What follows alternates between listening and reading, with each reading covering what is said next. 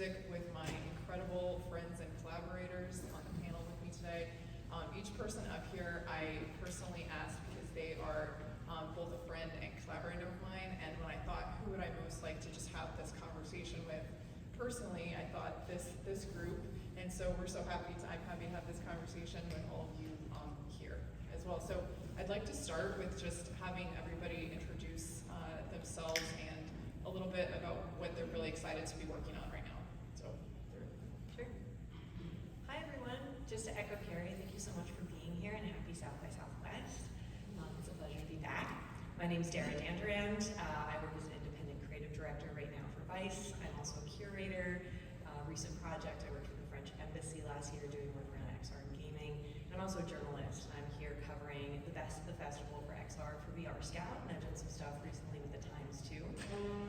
But yeah, I'm grateful to have this conversation. I'm excited to hopefully talk to some of you afterwards. I'm Tony Parisi. I've been working in Metaverse technology for the better part of 3 decades. I wrote the first code for the 3D on the internet. I've created a technology called VRML, the virtual reality modeling language, back in the 1990s, and I've been working on building the open metaverse ever since. I'm currently the Chief Product Officer at Lamina One, a purpose-built blockchain for the open metaverse to enable creators to create without boundaries on the creation side and operate and succeed without walled gardens. And I'm delighted to be on that mission and to be on this panel with 3 amazing people. I've done a lot of panels at South by over the years, and I've been looking forward to this more than any other panel. Carrie was so delighted when you asked me to be part of this. Yeah, I know. Thank you. Well, we work together, do a lot of things together. And I'm also an independent composer and musician working on a project I'm going to tell you about in a few minutes. Mike? This is incredibly exciting, right? We've been talking about this for weeks, just being here together. Thank you for showing up this morning. My name is Mike Pell. I like to tell people I'm from the future, and it's true.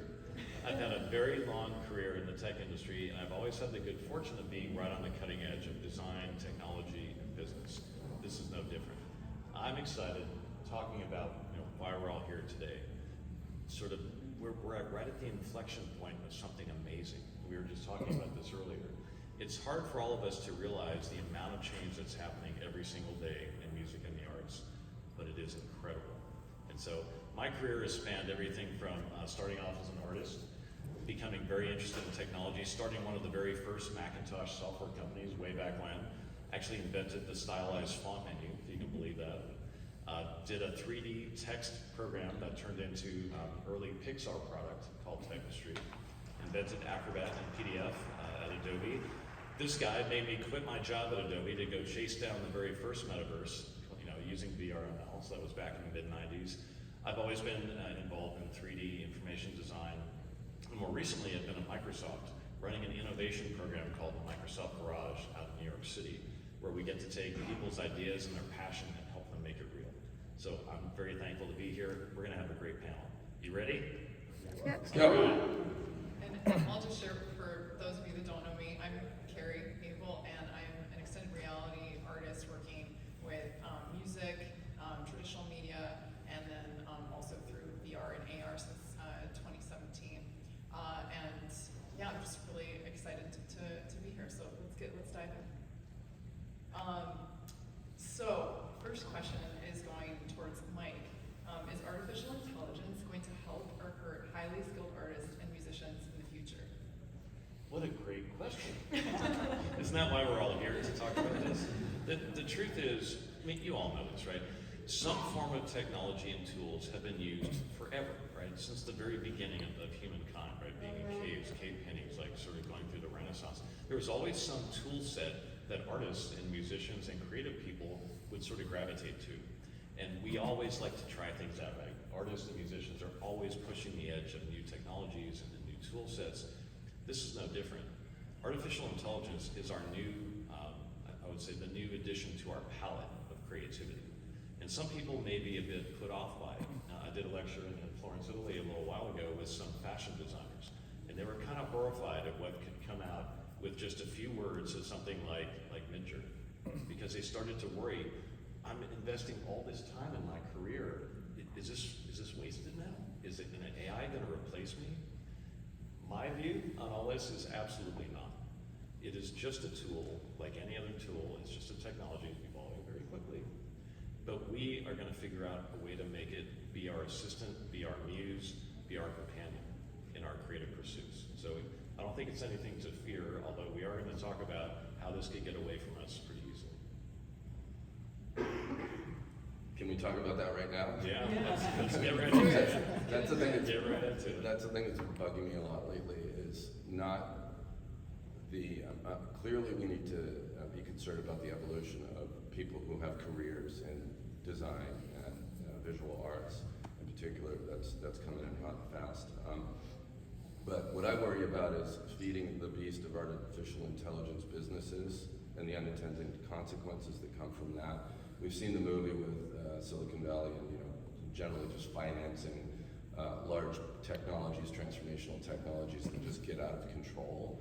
We saw what happened with social media and related technologies in the most recent decade, and it's just a little concerning to me that finance is going to fuel all this stuff, and we're not going to think through all the consequences. So I think we need to be super thoughtful about how these technologies evolve and interoperate with us, and don't take control of us in ways that we don't ask it to. And even when we ask it, can we be thoughtful about asking it that? Because we traded a lot for the convenience we got from all this technology over the last little while. So where's that going to go in this next iteration? Absolutely. One of the things that I've been telling artists a lot that has made them feel better is an analogy I came up with, which is that AI can create a new Picasso, but it can't be the next Picasso.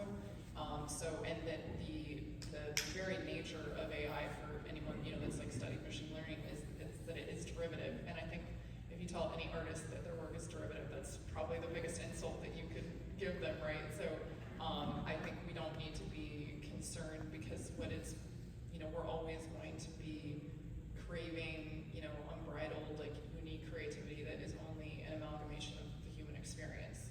And the things that we remember that make history are those really unique artworks, right? So I don't foresee, an AI being able to do that. I think people that have done a really great job, artists working with AI, I think part of the art is the way that they're being the first to do it. Like the visuals themselves might not actually be as, it is derived from other things that already existed, right? But to me, the art is in the way that they have used these tools. Yeah, Rafik, excuse me, if you're not familiar with Rafik Anadol's work, Rafik is an incredibly talented artist, but he's used technology to help amplify his own creative thoughts.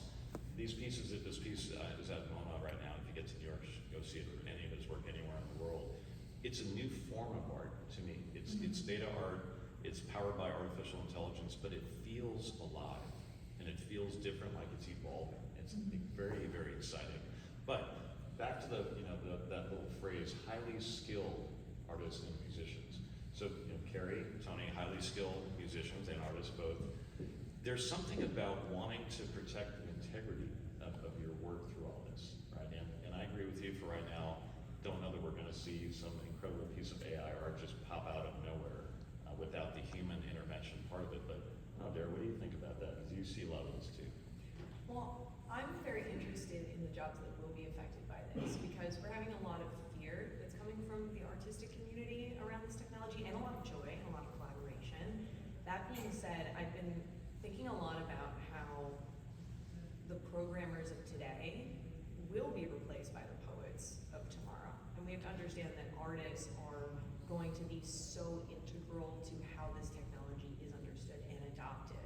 You're going to have to become an incredible writer. You're going to have to understand how to collaborate very closely with these technologies. It's not simply enough to say it's going to replace you. I think that if you let a technology replace you, it certainly can. But how much do you want to show up as part of a new renaissance? And I think also, even though this is focused solely on digital artists and musicians, I do think we have to have a larger conversation about developers in our community. They're not going to be phased out tomorrow, but that is a reality, and it's its own discipline, its own incredible artistic medium. But at the same time, it's not going to be the main role. And I think as we see this technology mature, we are going to see more and more linguists come into it and find a lot of fertile ground for creativity, and we're going to see a lot of use it in a completely different way and create new media and new discipline as well. Yeah, Darragh, I want to pick up on that. Was it you I was talking to the other day? I was just talking to someone about this here, where they were saying junior programmers need to, like, there may be fewer jobs for them. You know, because you could walk up to ChatGPT and say, write me the code. ChatGPT can make a VRML cube. I asked it the other day. It's like, it knows everything, at least somewhat.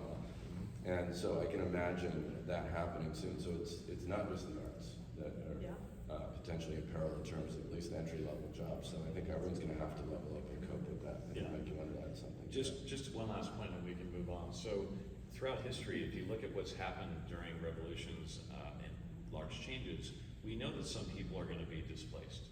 It happens. Even so, I work for Microsoft. About 5 or 6 years ago, Microsoft wrote a book called The Future Computed, where we sort of laid out our stance about artificial intelligence and what's going to happen.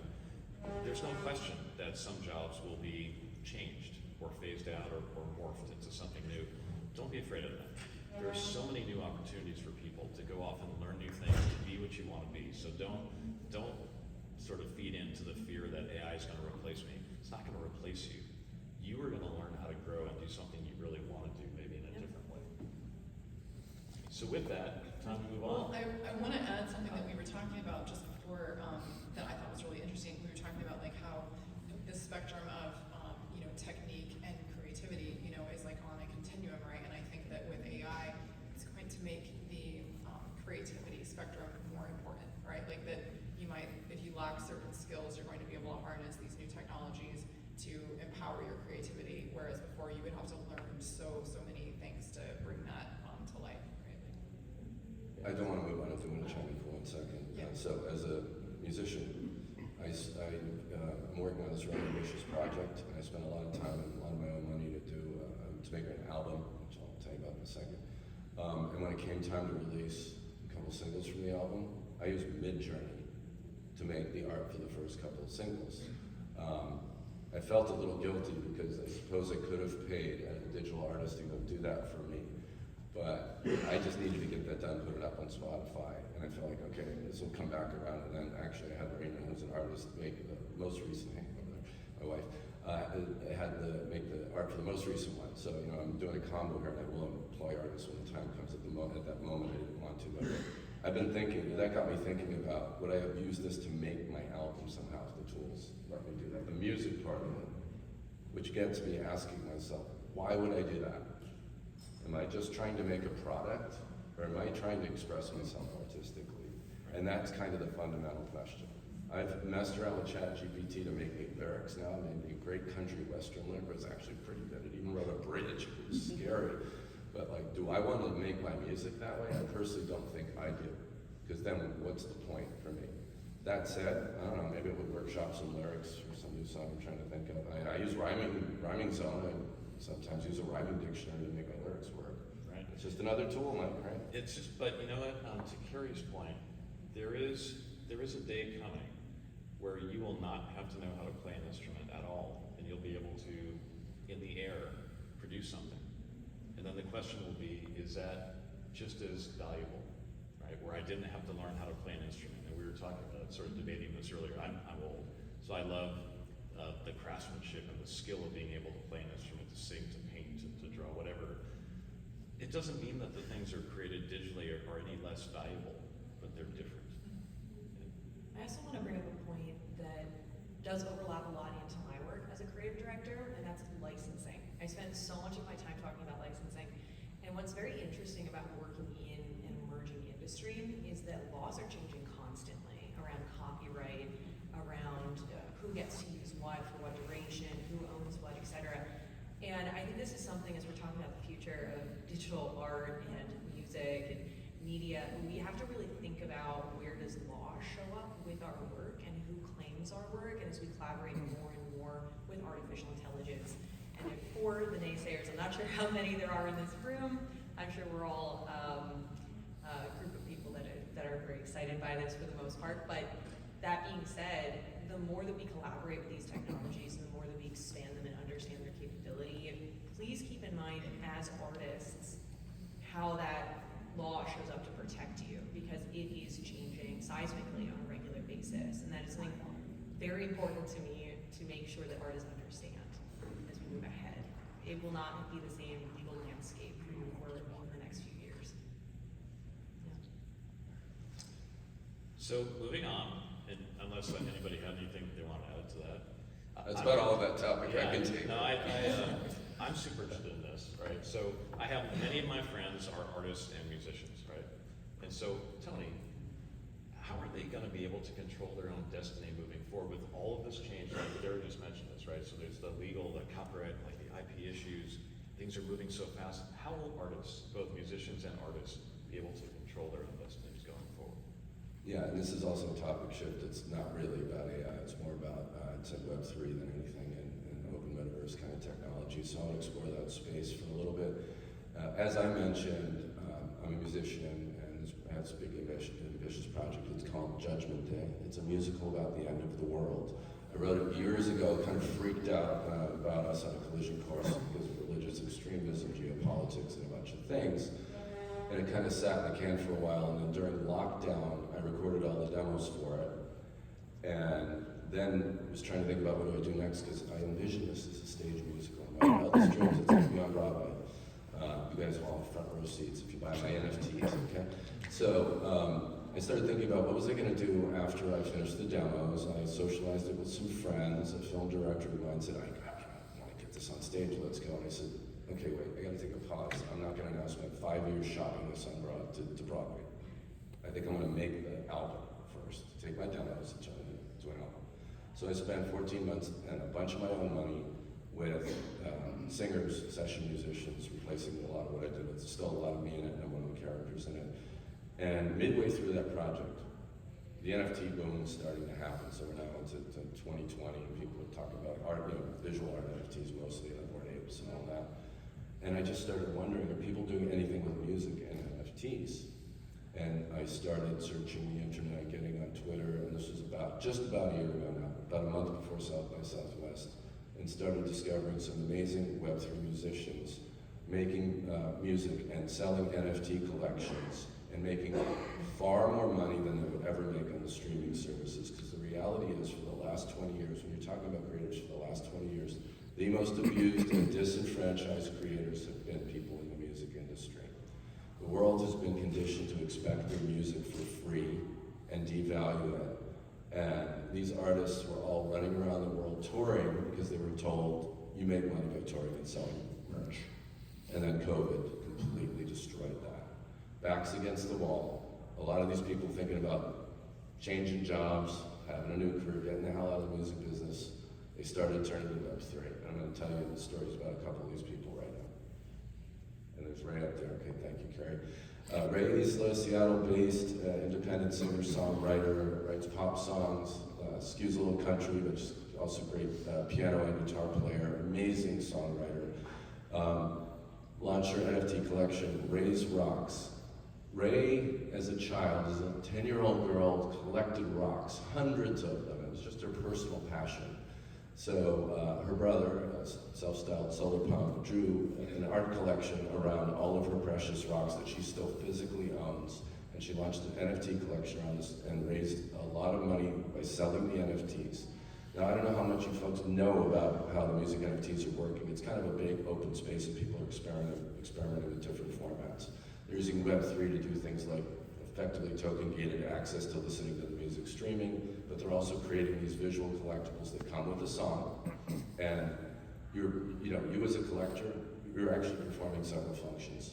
You are sort of a patron, you could do this kind of thing with Patreon, but it's way beyond that because you're getting all this additional utility because these artists are offering you tickets to their shows, potentially in some cases live, intimate Zoom concerts for only people that hold their NFTs. All kinds of wonderful benefits, and it's somewhat gamified in the sense that you collect certain ones, you get certain benefits. And then on top of all that, this is a slightly speculative part, but you're investing in their career in the sense that if any of these artists blow up, you might have a rare collectible of theirs that could be like an old Grateful Dead bootleg, or something like that. We don't even know yet. And most people aren't doing it for the collectability, maybe not 20%, this is not scientific. They're doing it to support these artists and invest in their career and be with them, and they're like super fans and collectors, and they're getting together in Twitter spaces for hours at a time and hearing these people and getting to know them. These artists, they know their fans personally. So Ray's one of those amazing ones. And the thing on the right, she's also a tech innovator. That's a picture of a live stream hologram that I took in her Seattle show, where she's in this booth, and she is broadcasting to people who couldn't come to her show in Seattle. So it's hers. I've got 3 Rays up on the screen. There's the real one in the booth. She's a hologram that you can see on the right of her. That's a screen grab from my phone. And then you can see that monitor, it's a little bright. She's actually going out in VR on Oculus Quest headsets, and she did that all live. So it was super cool. So she's a tech innovator as well. So I want to highlight one more of my artist friends here. Violetta Zeroni, who's in the room with us, hiding. She is amazing. And so she's one of those people I discovered when I went on Twitter to find out about this stuff. And we were all just going like, music NFTs. We were like little kids in a playground. We were just like literally tweeting music NFTs. We were playing music NFTs. And then all of a sudden it's like, hey, you know, South by Southwest, this was a year ago. And we didn't make it there, but this other guy, Josh Savage, did. He's this amazing, great Britpop guy. V sings incredible jazz songs with guitar and pop, and it's just, she has a lovely voice, and she's a great human. And she has sold 2 amazing collections, one called Moonshine, another one is this picture of here called Another Life she recently did with OpenSea. And these, I just want to say, these musicians are meeting their fans, they're building these incredible relationships. And you know, the whole thing around NFTs, the economics of that might change in a few years, but other Web3 technologies will come to bear so that you can listen to their music in different ways, collect other things, have different relationships with them. And here's the thing.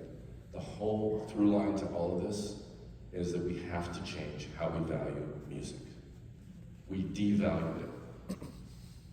I love it when you said this, Violetta, in one of these Twitter spaces. You don't walk into the grocery store, grab some food, and walk out and don't expect to pay. Wait, they do in New York City.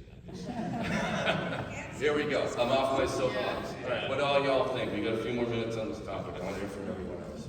As you can tell, I'm very passionate.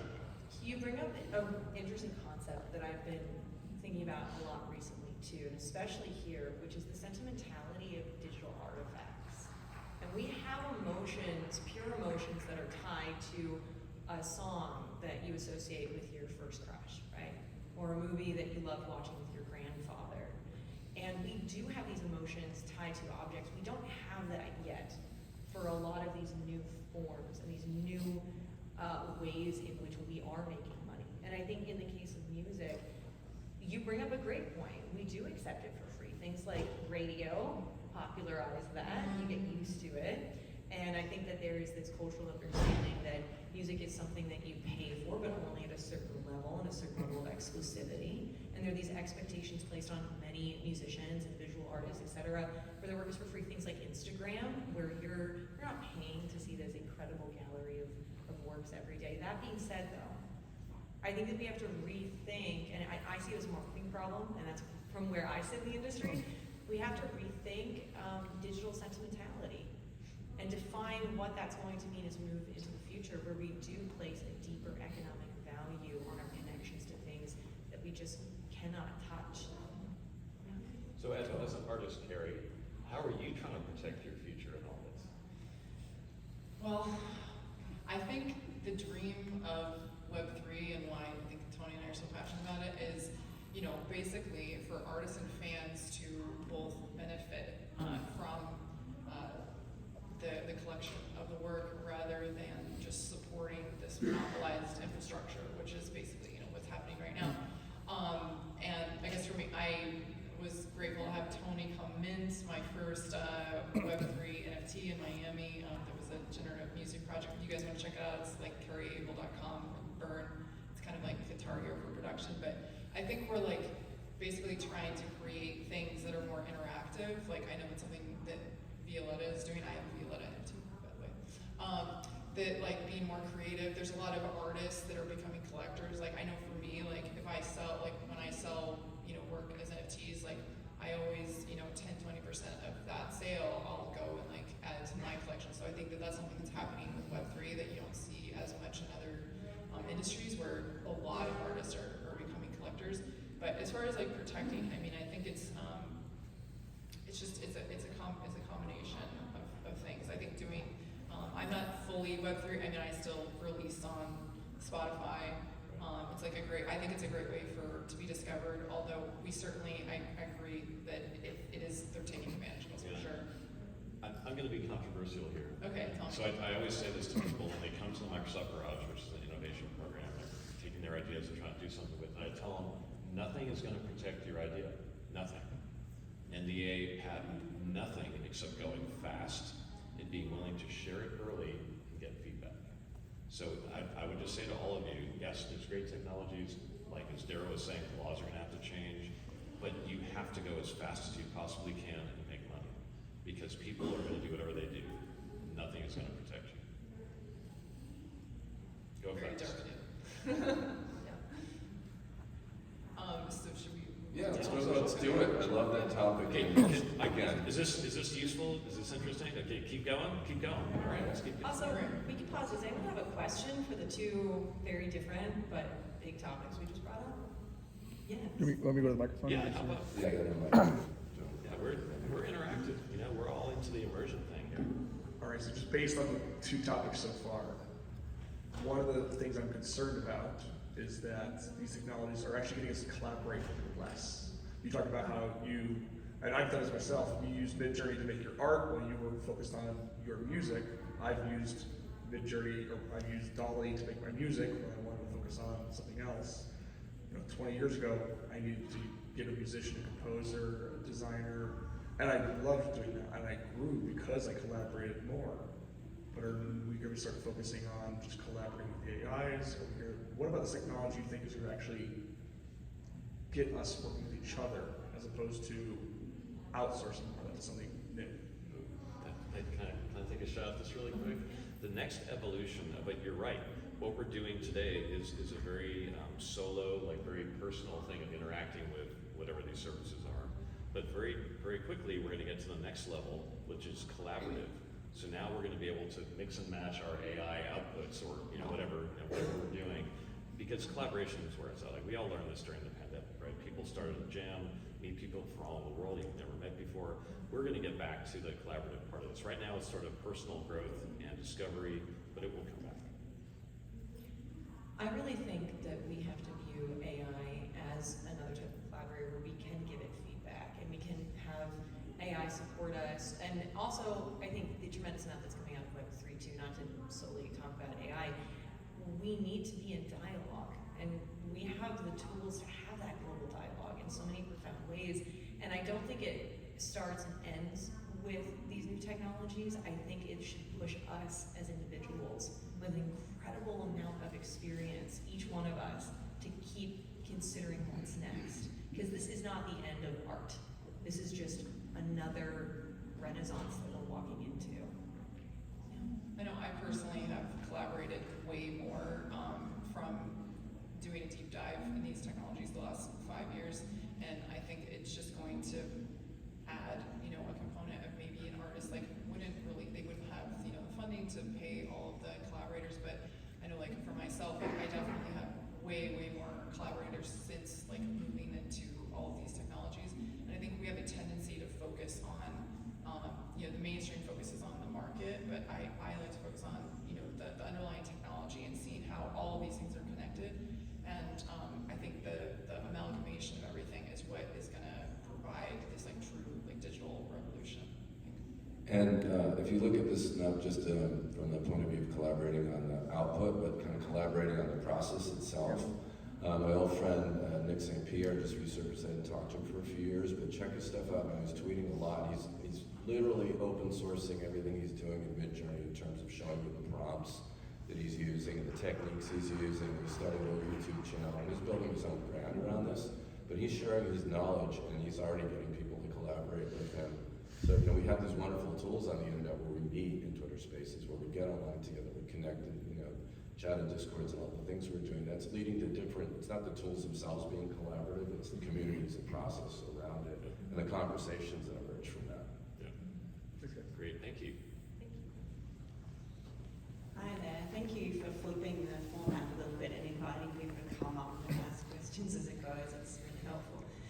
My question is for you, Darragh. I think you mentioned marketing. So my business works with artists and arts organisations and looking at digital transformation, and we get a lot of resistance, this is in Australia, from artists who feel like marketing their art or marketing what they do is selling out. So I'd love to hear your perspective Well, on that. I think we You should. read our mind. You said Thank that you our for very this next transition. Thank you panel for introducing question. our next, Thank you for that. Just about to pass Darragh. Thank you. It's perfect. I agree. Thank you for mixing the format up and getting people out of their chairs, and that's great. Thanks. So, Darragh, how can Metaverse-focused artists and musicians best collaborate with brands and agencies to get distribution deals? We swear she's not a plant. That's thank you. So, I do think that we're meeting a burgeoning limitlessness that we've not had before, and we have to treat it as such. And I think the more we use that experiential and excited and joy-filled way of going into creation, the better we can handle new technologies, decide if they're for us, decide which iterations of them are for us, how we want to work with them. I don't, like for digital artists, for people operating solely in Web3 and wanting to embrace AI, maybe that's for now, and tomorrow it won't be, but I think that we do seriously just look at it as new media to potentially work with. That being said, when you bring up artists being concerned about selling out, that's a reality. I'm not gonna dodge that. That's not a marketing problem I'm interested in trying to fix. Sometimes people do feel that way. I know, I'm not gonna go into detail, but I know we had a conversation about this the other day. yeah. And the reality is, marketing campaigns, big brand deals, they're not going to be for everyone. And nor should you try to fit into them. I'm not campaigning for every artist to want to partner with a big brand. I don't think that that's genuine, and I don't think that's authentic to everyone. What I am interested in doing, though, is for those who really do want to be part of larger campaigns, who are comfortable with receiving brand dollars, are having their work distributed in a larger way, to not necessarily see it as selling out if they are interested, but to see it as a new platform to showcase their work.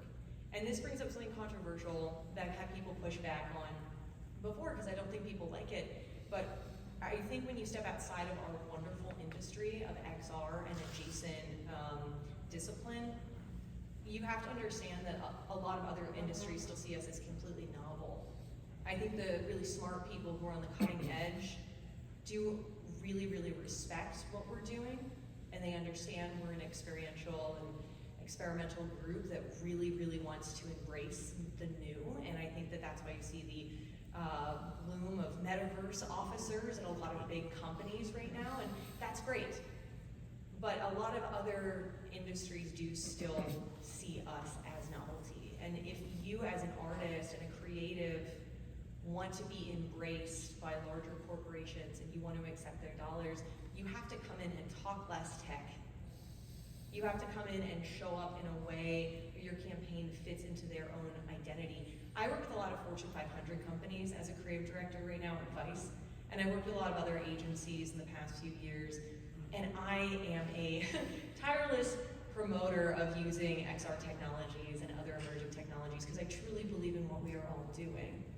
And the passion here is so palpable. But that being said, when I talk to these, CMOs at, X company, whatever it is, if it's automotive, pharma, beauty, fashion, food, doesn't matter. I never talk about the tech side. I talk about the connection side. I talk about the fun side, the novelty side. For artists who want to be in this space, use your technology, embrace it, but at the same time, understand you're working within often a very saturated, still pretty binary system.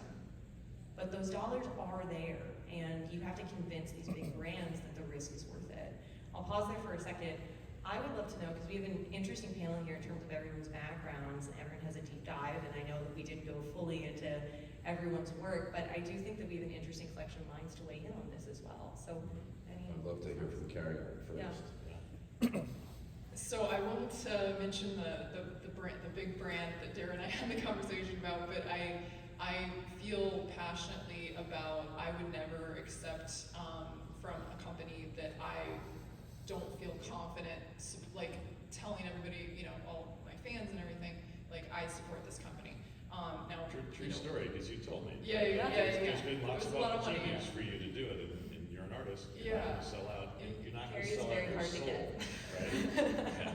Yeah, I mean, but I have no trouble, if it's a company that I already have a great deal of respect for, which, something I'm working with now, I'm like, yeah, if I totally believe in your vision and your mission, and I feel very authentic in that, then I'm very proud to, accept that support.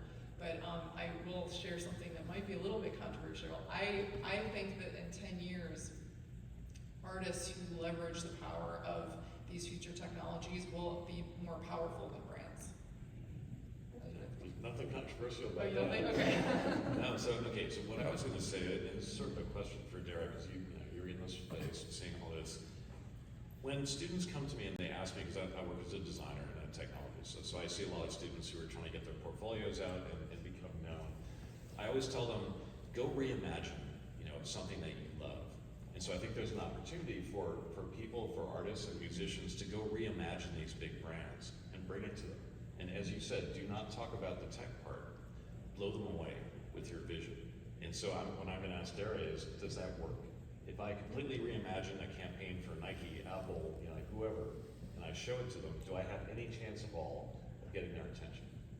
Sure, I think so. And the reason I bring this up is, of course, every campaign has its numbers and things attached to it. But at the end of the day, how are we defining our metrics as an industry? Are we pushing ourselves ahead? And sometimes I feel a little bit like I'm a Trojan horse for XR going into big corporate advertising. But it's so true, and I think it's very hard to find a case where you have a full campaign led in one of these disciplines right now. I don't think that is, a full-on, talking about like a giant global or continent-focused campaign that is solely Web3 based, right? Or it's solely XR based. But a notable campaign I really love, and it's actually from several years ago. It's won numerous awards. Was I forget who did. I think it was Ogilvy, but T-Mobile teamed up with a creative studio in England, and they did it with Gorillas. And they used the color magenta from T-Mobile to be a portal for all of Gorilla's content. So anytime you saw that very recognizable T-Mobile pink, and this campaign, this is I think from like 2017, it's still one of my favorite campaigns because it instantly connected people to a technology in a way that took the tech almost out of the conversation. It was about discovery, it was about joy, it was about music, it was about content. And I think even though that was years ago, what stands out is that there are not many successful campaigns that use the technologies that we're talking about here. And so to Mike's question and point, I think when you lean into new creation and new sense of self, and when you lead with human-centered design first, you'll be successful. We're all impressed by this stuff. Other people might not be. And if you want those big corporate dollars, you have to show the human interactivity as your priority. You're here. Yeah. I want to add that, so a little anecdote of the first time I met Darragh, she had curated this incredible XR exhibition in Manhattan, and then I saw a couple other things that she curated. And I think one of the things she's always thinking about is the human experience. It's not just about like putting on the headset, but like the lead up into that. And then that is how we became collaborators, and spent a month together in Italy last year for my exhibition. And so just, what she's saying, I think one thing that we all agree on here is like the human element and pushing the why and not just the how, right? And I double down with Darragh said the brand dollars are there and they'll be there for a long time. I think every artist has to have their own dial about what they're comfortable with. Carrie, you talked about it, fine with the brand dollars, but you gotta be okay with the brand. And a lot of artists in Web3 are excited about what's unlocking for them. Their careers are getting launched or relaunched because now they can at least, make money. Where does it go from there? They don't all think the NFTs are everything. So then they start looking at a revenue mix, and brand can be a good one for some of them, but everyone has a different level they're comfortable with on that.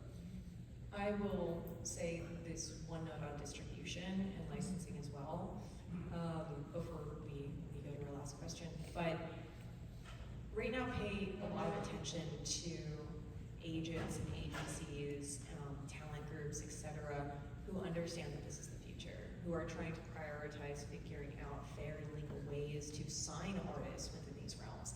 They have a vision, you know, if you want to participate in having those conversations with them, you know, maybe there's a Web3, you know, talent think tank that really should be started. And I think it is very, very important that we respect that this is a discipline that's not going away, but to also, in the confusion in the beginning of all of this, and in the fight to figure out where we land in the art world, to be part of that conversation and feel really empowered to seek out individuals, or if you're an individual who has influence in that way, to make sure you are prioritizing a new landscape for new art. Yeah. I'll just end this one question by saying I agree with everything you said, and I say this every single time I get a chance to. It's never, ever, ever about the technology. It never is. It's always about the people part. So lead with the people side of the equation. All right, are we ready to move? Oh, I didn't even go through my artists. We can jump very quick. Oh. I just want to say a wonderful friend of mine who I had the pleasure of working with last year. She's one of the artists who was in a program I curated with the French Embassy I mentioned earlier. Her name's Melanie Courtney. I cannot recommend her work enough. She's a tremendous human being. And Tony, I think you like her. All of her work is about Armageddon, death, the end of the world. Yeah, just a tremendous artist. That is, talented. I mean, that is gorgeous. I haven't seen it for a while. Yeah, it's really gorgeous. Beautiful. And then I actually have never worked with this group, but I really appreciated their work. So things can just be beautiful for aesthetic's sake. Thanks, Carrie. What does a multidisciplinary XR practice mean for a digitally native artist and musician? Well, going on kind of our last conversation here, I think I like to, you know, have my practice be a proponent for other artists, like to, you know, here, I'll show you the slide. This is what Darragh and I worked on together for a couple of years, my exhibition at the Venice Biennial. And there were oil paintings that had augmented reality triggers. There was a virtual reality headset with a VR painting on view, and you know, other components like a Pepper's Ghost hologram, and then 3D printed VR sculptures. And so really trying to combine all these different elements. And again, the reason I wanted to work with Darragh is her sensitivity to, you know, presenting VR and extended reality creativity on a very elevated fine art scale. And so that's one of the things that we aim to do, and I think we really succeeded. Yeah, so I think bringing all those different components, and I think, you know, I kind of like to view my practice as being, of course, like inspiring. I'm also really passionate about like mentoring and educating. And then what I've kind of more recently been focusing on is building in the virtual spaces. So working with the only Web3 based virtual reality first world in the Metaverse called Insomnium Space. It's the closest thing to like Snow Crash, Ready Player One that I've seen. They're not doing any marketing right now because it's still very buggy. But I built out, and it's so much cooler in VR. I'm sure everybody here knows that since this is the XR track, right? I love how you just bottom line it, it's still full of bugs. It's not And here we are. and but what was really great is, so I did my last single release. I did inside the art museum that I built in there, and then I also had invited other musicians to come in. And I have to say, it was one of the most incredible experiences of my life. And I was like standing in my apartment in Brooklyn alone, you know, like it was pretty wild. It feels very real, and so I think that to go back to the first question that we had about like less collaboration with these tools, like I hang out with these people all over the world every day. I see them every single day. I've never met them, most of them I've never met in real life. And we've collaborated together. We are like on Discord trading things that we figured out. My buddy Oli, who you see her avatar in the picture there, never met her, but she's an incredible musician. Definitely check her out. She's doing amazing things in the VR and music, and is also like very talented with like Unity and design. And it's really fun. We're just in there being like, I've got my headset on, we've got our mixers out, we're like, okay, did this work, you know, so it's been very collaborative, and it's collaboration with people on the other side of the world or different time zone, you know. So I believe that the artists of the future are gonna be like world builders. and if they're not comfortable with a certain kind of material, then that will drive more collaborations. Okay, so guys, your take. Yeah, and it seems to me that there's no such thing as just music or just art. Like everything is sort of, meshed together these days. They're almost inseparable. I wrote about some of this in the last book I did, The Age of Smart Information, which, by the way, I'm doing a book signing after this over at the convention center, if you want to come.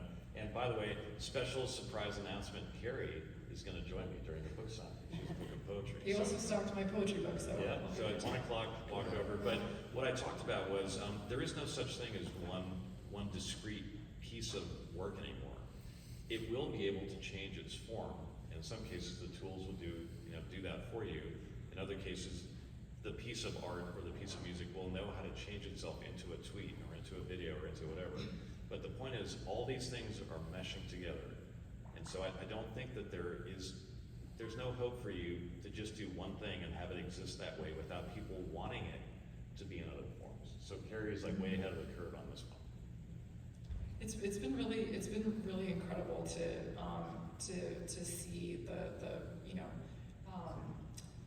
how all of these things are connected, and I think that we don't necessarily see how connected they are, but with the Web3 base layer, we're not quite there yet, but eventually in the next year or two, I'll be able to invite musicians in, and maybe they don't have the equipment or they don't understand the hardware, and then help them create an avatar, and then people can buy an NFT that's like flying around them like during their performance, and so I think will be an extension of kind of what we're seeing in the NFT space now, where there's this support for the artist, but then in a way that is like much more volumetric and interactive and feeling like present.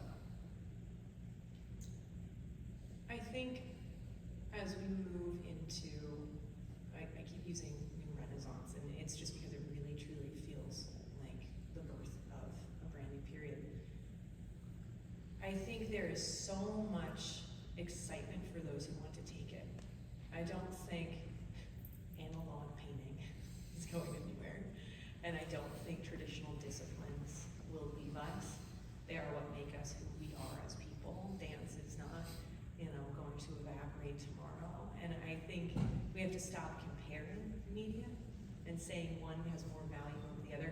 I understand economically it's a little expensive to be an XR artist, right? It's a little different than someone who needs no technologies to do their work. But that being said, we have to stop comparing one art form over the other, and trends will come and go. And while not everyone certainly has the ability to leave no discipline unturned, like my dear friend Carrie, you literally have tackled every discipline, I feel like, on the planet. It's incredible. But I think that for those who want it, you can take it. These things do exist. For those who are disinterested in moving forward with new technologies, there's still place in our beautiful art world for you. You do not have to change. It's for those who truly want to. Yeah. Can we talk about the shift in business model? So this was super interesting insight to me that I didn't realize was happening. So we were having a discussion. Tony was sort of mentioning that by working with some of these new Web3 music artists, there seems to be a shift away from the traditional thinking, I have to get millions and millions of people to buy my work or I'm not successful. So can we talk about that for a minute? I want to take that and widen the whole aperture, Mike. That's a good kickoff point. Carrie, do I have like 1 or 2 minutes? Because this is like literally this slide. It feels like everything I've worked on in my adult life come together in one. So Yes. if we have a couple minutes, walk with me on this. Okay. We'll come back to the Yep. communities topic. It's a big one you and I've been talking about, Mike.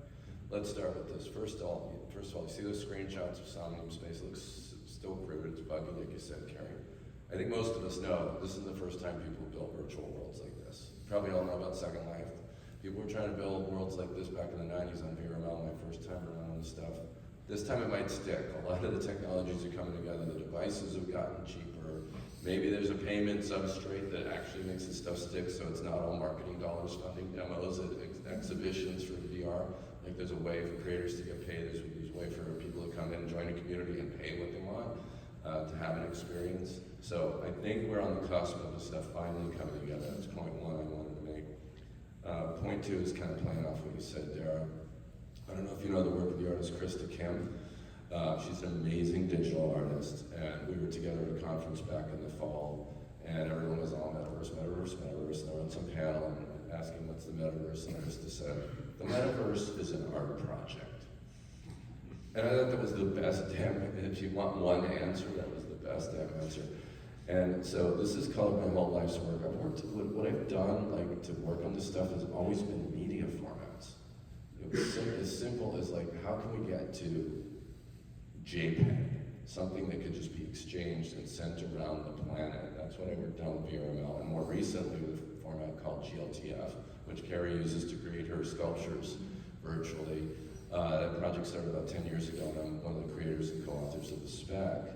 And there wasn't some, like, what's your business model? Like, what's the business model for a damn JPEG? It's like whatever you want to make of it. There's business applications, there's entertainment applications, there's education applications. We need to have tools and formats like this, and we put this into people's hands, and creativity can be unleashed, and unexpected, wonderful things can happen. So to me, just that all kind of ties that together.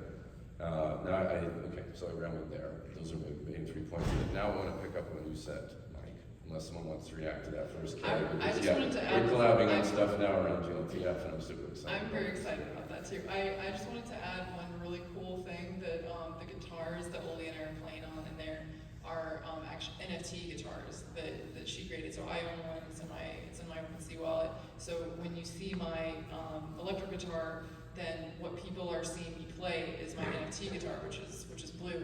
And then I have both the spatial audio mic and the real life mic, and it felt so real that I actually hit my cheek on my real mic because I leaned into the spatial mic, thinking like, oh my gosh, this is amazing. And I was like getting really excited about it, you know.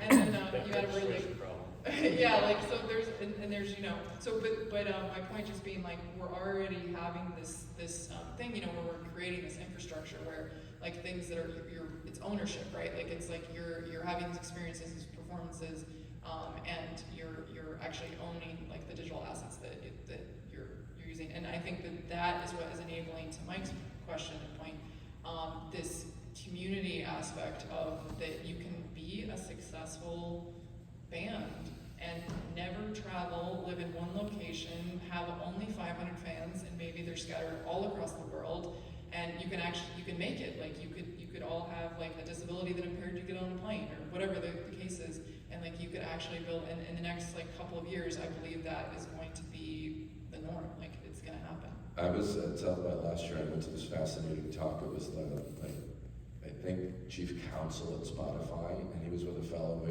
he had a huge catalog of South Asian music. There are 300 million South Asian music listeners around the world, and Spotify's algorithm doesn't serve them. It's not even about cultural bias, it's like business optimization. I mean, of course there's cultural bias in it, but it's because, you know, it was decided this is the best way to get, you know, the largest amount of people then around this kind of popular music. If a niche that big can't be served by a platform like Spotify, what is anyone going to be able to do with a few hundred fans? But with these new tools, these new distribution methods, there is a hope to do that. And that obsession with scale, I use this phrase a lot, communities are the new scale. Like, I don't think we need 1 billion people in one place. We could have thousands of communities, a few thousand people, a few hundred people. And I think that is part of the future. You brought the topic up, Mike, so you probably have a point. Well, I mean, the thing that stuck with me that you brought up was you don't have to go after those millions of people anymore. You can go after your 500 or 1,000 diehard fans who will buy anything that you buy or anything you make forever, and that could be enough for you to make a living and to be satisfied. And so the business, like, I love business models. That turns the business model completely inside out. This brings up something that I forgot to mention earlier when I was talking about marketing. There's no successful retention strategy that's been successfully done to date using Web3 or XR technologies in an advertising use case that will bring consumers back. This is also why, and to your point, to grow your fan base is an incredible skill set. It's something very, very important to all artists. But at the same time, we have to also be realistic about where that tech is at. And to reiterate my point from earlier, we have to understand other industries see this as novel. So not necessarily counting solely on these technologies to have retention of your audience, but understanding, kind of going back to a theme that appeared in this conversation, the human-centered part. It's not enough that you're just doing cool stuff. You also have to still be a person with people. Hey, Darragh, I mean, you know, I mean, when you say where the technology is, I mean, no one's done anything good with Web3 in advertising, is what you're saying, right? It's not about the technology, it's all been shitty advertising so far, right? No, I think that there's some incredible pieces, but I don't think there's a large enough adoption. I'm not saying that the stuff is shit. I'm saying that people don't know how to engage with it yet. And I think a lot of it is still so new that advertisers are either completely on board, like I'm working right now on a project that I can't say anything to the client because it's in production, but I'm working on a project, they're really excited, they're willing to throw money down, but it's never gonna be the hero campaign, at least not for a couple of years, and we have to understand that, you have to be okay with that. That sometimes you're gonna play second or fourth fiddle at the moment, and it's gonna be a while before that talent is forward. It doesn't mean that marketers or advertisers, and I also want to be very clear here, the theme of the panel is not how do you get into marketing and advertising as a Web3 or XR artist. But just from my standpoint, you have to understand it's going to take a little bit of time, so prioritize the human connection above all else. And hopefully we'll not see any shit ever again. So I want to make sure we all answer the question in our own words. You know, what is the future of digitally native art and music? So I guess I'll start over. I think it's going to be like as the hardware becomes more accessible and all of these, you know, things are interconnected. You know, it's going to be that is going to be the implementation for the best open metaverse. And you know, I think also we've already discussed, you know, the way that art is created and consumed will, you know, continue to evolve and be more valued. And I really strongly believe that we're in the midst of a digital renaissance. So, Thank you. I think the future is very fruitful. And I think that it is collaboration between people and technologies in ways that we understand and ways we do not understand. I think it is staying open. I think it is remembering to be humble, understanding that there is so much that has been created and so little that has to in the greater perspective of the world. And I think it's also, hopefully, cheesy as it sounds, leaning into a playfulness and a joy and a discovery. I think that although we're talking about business models and it makes sense, right? How do we make money off of this stuff? We have to understand it's so new. And if we can continue to be playful in the process of understanding how it applies to us and how it can benefit us, I think that's the best way to move forward with all of this new stuff that we get to work with every day. Oh, awesome. Yeah, get your questions ready, people. I think we're going to Q&A after this, right, Carrie? Well, what you said, I want to pick up on number one, what Mike and Darragh both touched on a lot, which is the human element. We cannot forget the human element in any of this, and we've seen how we've been losing our way with our obsession with technology and convenience and all that. So I'm hopeful that we can instill that and imbue that into the very process of conversation starting now. I think it's recontextualizing a lot of media we already have. Mike, you mentioned this too. I mean, old media is the new media. The metaverse will be populated with lots of music and 2D art, all forms of art and communication. We'll just have some wonderful tools with which to experience that, devices with which to deliver it. That's awesome. And my third point would be the one that I hammer on a lot. Now, every creator has the opportunity, if they want, to be their own CEO, business manager, record label, art agent, if they want. Not everyone wants that responsibility and wants to do the work that way, but hopefully these new tools are empowering them to do that. I'm incredibly optimistic. After hearing all this, and even like some of the things that we dig into, it's a very bright future for artists and musicians moving forward. And to sort of quote one of my favorite artists, David Byrne, it's the same as it ever was. It's always about the ingenuity and the creativity and your ability to not to lean on the technology, but to use it to your advantage, not to try a new business model just because everybody else is doing it. Do what you think is the right thing for you, and you will be successful if you use your creativity and your ingenuity to just push forward. So it's going to be great for all of us.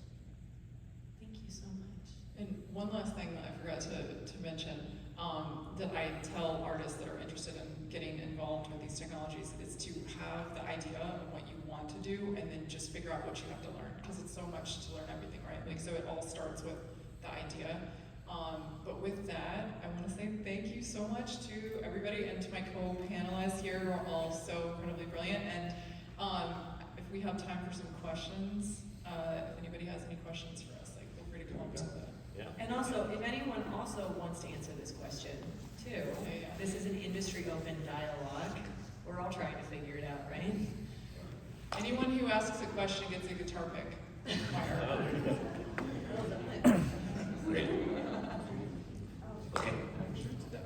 Yeah, and by the way, if you do get a few minutes, please come over to the book signing across the street for Carrie and I signing our books. That would be wonderful.